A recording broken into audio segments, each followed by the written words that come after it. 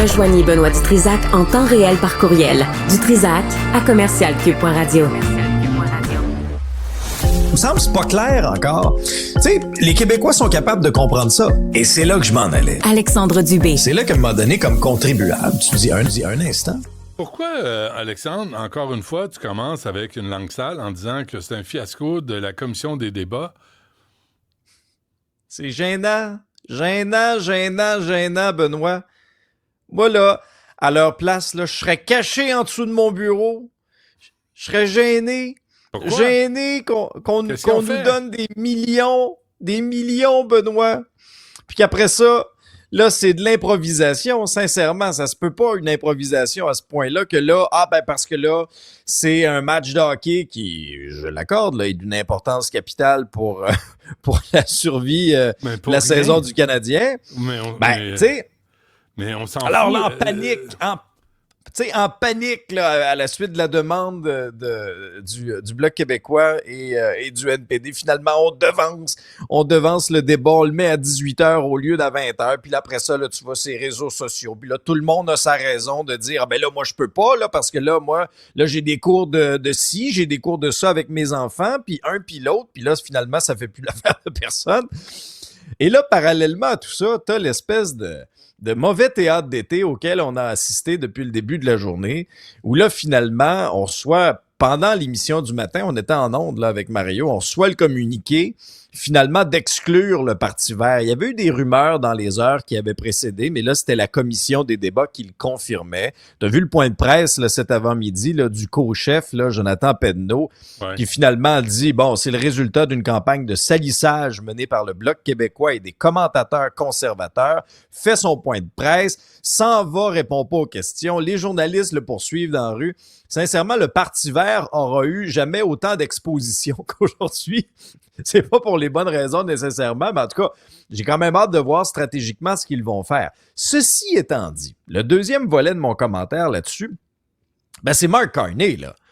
À un moment donné, là, il va falloir que... Est-ce que ce gars-là, aujourd'hui, va respecter ses principes? Est-ce que ce gars-là, aujourd'hui, va respecter sa parole? Parce qu'il faut se souvenir, il faut le rappeler aux Québécois, là. Ben oui. Il y en a peut-être que ça n'a pas dérangé, mais moi, c'est drôle. Moi, j'aime ça quand même quand des aspirants au poste de premier ministre viennent débattre, de un, dans ma langue, puis de deux, pour des enjeux qui vont toucher le Québec. Là, détrompez-vous, là, le consortium, là, puis c'est pour la francophonie canadienne, là, tu sais, il y a des enjeux, là, c'est pas tout sur les enjeux du Québec, là. Alors que, pourtant, au face-à-face de TVA, ça aurait été des enjeux de chez nous, et dans une formule aussi où on aurait très bien vu les forces et les faiblesses de chacun des candidats. Tu sais, quand t'es là, un peu comme ceux qui nous écoutent à la télé actuellement, là, on est comme un peu dans un face-à-face, là, toi et moi. On nous voit, tu sais, on n'a pas d'échappatoire. Quand ils sont 4 ou 5 là, autour, là, tu sais, puis là, après ça, le temps de parole, tu sais, c'est pas du tout la même formule. La formule du face-à-face, moi, comme amateur de politique, c'est la formule que je préférais. Et rappelez-vous, Mark Carney, à ce moment-là, avait dit, là, moi, si les Verts sont pas là, je peux pas y aller, là. C'est ça. Par Alors conviction là, profonde. Benoît, par conviction profonde. Alors là, si j'étais une langue sale, ce que je ne suis pas, mais il y a certaines personnes qui pourraient soulever la possibilité de dire, coudonc, est-ce que ce jour-là, Mark Carney s'est trouvé un bel échappatoire pour ne pas se soumettre au test du face-à-face de TVA qui lui aurait été probablement très nuisible en raison de la non-maîtrise de son français et de la culture québécoise? Ça suffit déblatérer sur le pauvre Mark Carney. T'es langue sale. T'as beau dire tu l'es pas, tu l'es. Tu le prouves à chaque jour. Et aujourd'hui, c'est pas une exception. C'est très laid. Pauvre M. Carney, on s'acharne sur lui. Pauvre homme. Comment tu l'appelais déjà? C'est quoi le surnom que tu lui avais donné en début de campagne? Juste pour rappeler.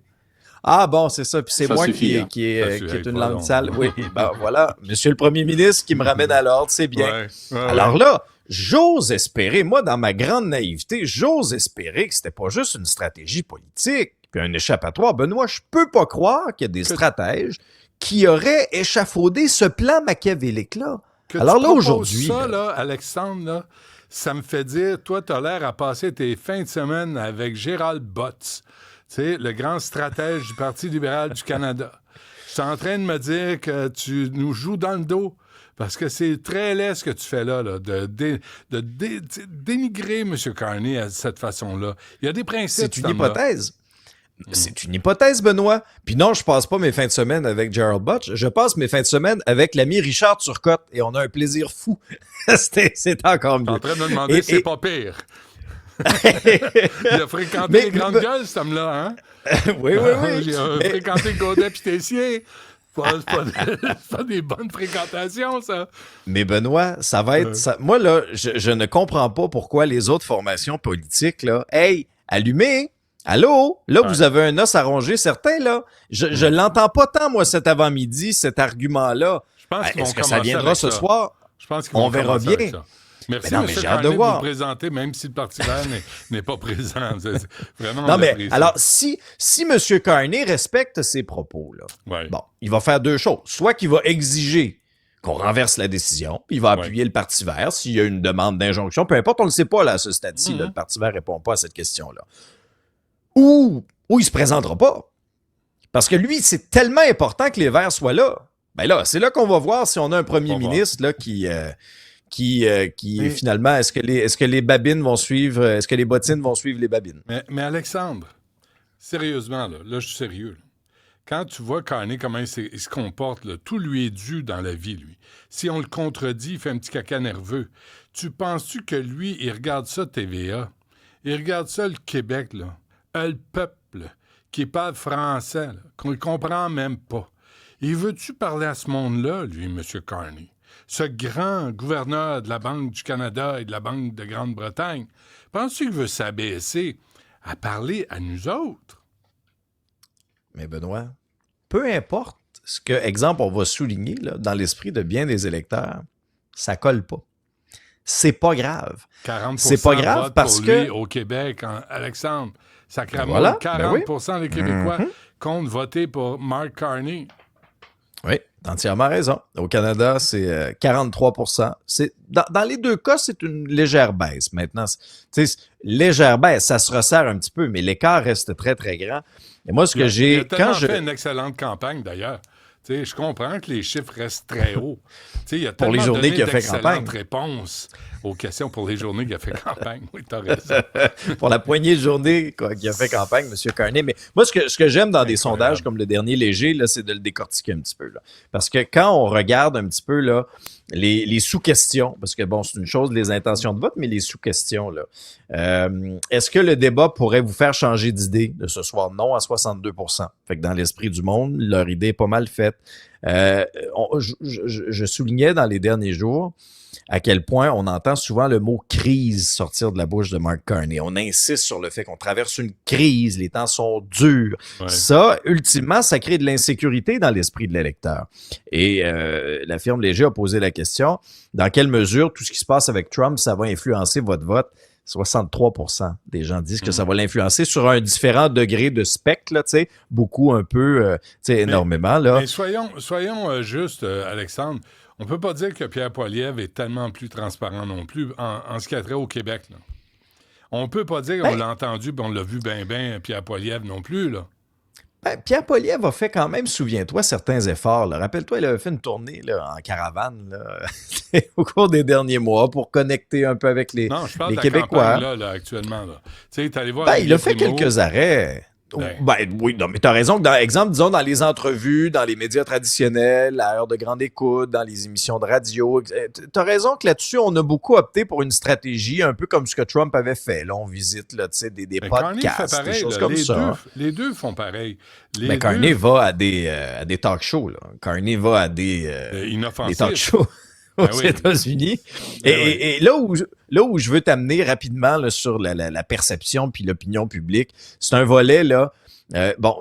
Quel chef maîtrise mieux tel ou tel aspect? Quels sont les enjeux que chacun maîtrise mieux? Dans la colonne de Carney, selon ce sondage-là, compétences pour gérer les relations avec Trump. Ça, je vous rappelle que c'est la question de l'urne. Fait que déjà là, en partant, la balance pèse beaucoup vers lui. Maintenir l'économie du Canada, gérer le mieux la crise du coût de la vie et l'inflation et améliorer l'unité nationale. Tout ça dans l'esprit des électeurs qui ont répondu au léger, là, va du côté de M. Carney. Alexandre, gérer la crise. Il a provoqué la crise, Calvaire. C'est lui qui conseillait Trudeau. C'est lui qui a dit « Hey, mais là, c'est la carte. Double la dette.